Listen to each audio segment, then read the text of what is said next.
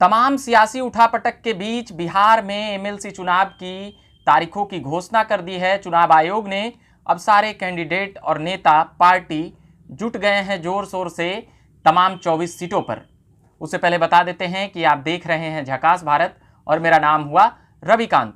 अब मैं आता हूं उन तारीखों पर, बताऊंगा कि चुनाव आयोग ने क्या क्या महत्वपूर्ण तारीखें बताई है, कही है। वह महत्वपूर्ण है उन कैंडिडेटों के लिए और उन तमाम तैयारी कर रहे पॉलिटिकल पार्टी के लिए, जहां से महागठबंधन के पहले तो एनडीए ने 24 नामों का ऐलान कर दिया था। उसमें जिस प्रकार से 12 सीटों पर बीजेपी चुनाव लड़ेगी, 11 सीटों पर जदयू और 1 सीटें राष्ट्रीय लोक जनशक्ति पार्टी को मिलती हुई नजर आई थी, यानी कि चिराग पासवान उसमें किनारे होते हुए नजर आए और मांझी और सहनी को भी उसमें एक भी सीटें न मिलने के कारण उनकी बयानबाजी और नाराजगी अलग से जगजाहिर है। सहनी ने तो यहां तक कह दिया था कि हम 24 सीटों पर लड़ेंगे।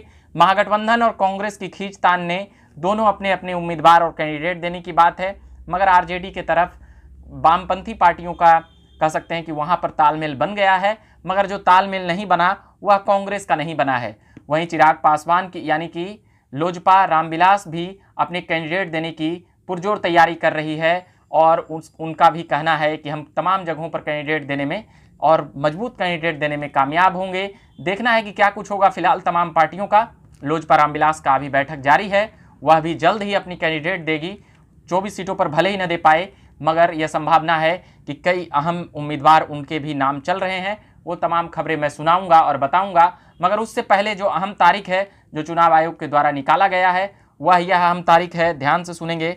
अधिसूचना जारी होगी 9 मार्च को, 16 मार्च को नामांकन की तारीख है, 17 मार्च स्क्रूटनी और नाम वापसी की 21 मार्च, मतगणना 4 अप्रैल को होगी, मतदान 4 अप्रैल को होगी और मतगणना 7 अप्रैल को होगी।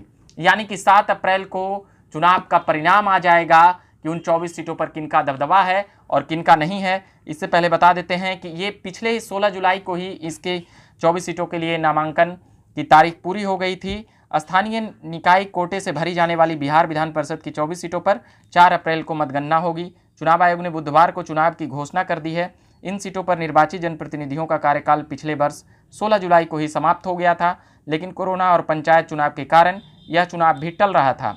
इन चुनाव में त्रिस्तरीय पंचायत प्रतिनिधि भी वोटर होते हैं। चुनाव की घोषणा के साथ ही संबंधित निर्वाचन क्षेत्रों में आदर्श आचार संहिता प्रभावी हो गई है। केंद्र सरकार के मंत्रियों द्वारा संबंधित निर्वाचन क्षेत्रों में उद्घाटन और शिलान्यास पर रोक लग गई है। आयोग ने यह भी कहा है कि मंत्री सरकारी दौरे कर सकते हैं, लेकिन इसे चुनावी कार्य और दौरे के साथ नहीं जोड़ा जाएगा। एक जो अड़चने लगने की बात है वह मामला अब हाईकोर्ट और कोर्ट कचहरी की चक्कर काट रही है, जिसमें आयोग ने कहा है कि कार्यकाल सुप्रीम कोर्ट के फैसले से भी प्रभावित होगा। वो 24 सीटों की लड़ने की बात थी। नियम के अनुसार 8-8 सदस्य 2-2 वर्षों पर रिटायर होते हैं, ऐसा नहीं है तो सभी 6 वर्षों के लिए चुने जा रहे हैं। मामला सुप्रीम कोर्ट में पेंडिंग है। कोर्ट के निर्देश की प्रत्याशा में सभी कार्यकाल पूरा कर रहे हैं। 1978 में पंचायत चुनाव हुआ, कार्यकाल 1983 तक रहा। स्थानीय प्राधिकार का चुनाव 1984 तक हुआ। वहीं ये मामला आप कह सकते हैं कि मामला हाईकोर्ट पहुंचा है तो देवेश चंद्र ठाकुर और बैद्यनाथ प्रसाद ने 2015 में रीट दायर किया।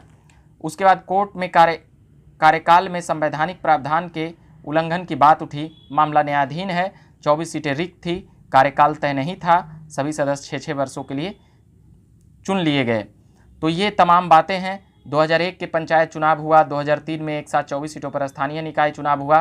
कार्यकाल को लेकर चुनाव आयोग से परामर्श हुआ, तकनीकी कारणों से निदान नहीं निकला है।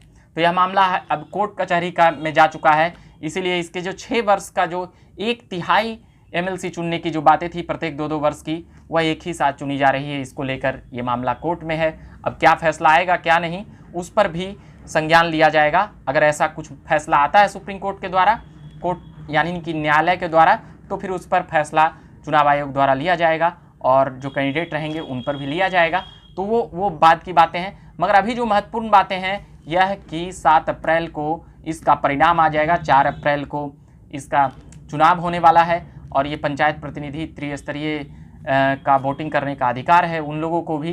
तो अब देखना है कि तमाम पार्टी जो रस्साकस्सी मची हुई है, जो तूफान मची हुई थी कि ये सीटों पर हम लड़ेंगे, ये सीटों पर हम लड़ेंगे, सभी पार्टी अपनी अपनी दावा अपनी अपनी जगह से कर रही है। देखना यह है कि बीजेपी यानी कि एनडीए के पास जिस प्रकार से ज़्यादा एमएलसी थे वह गढ़ बचा पाते हैं या नहीं। बीजेपी के लिए सबसे ज़्यादा चुनौती की बात है, वहाँ पर देखना होगा कि वह अपनी कितनी सीटें बचा पाती है या फिर गवाही देती है।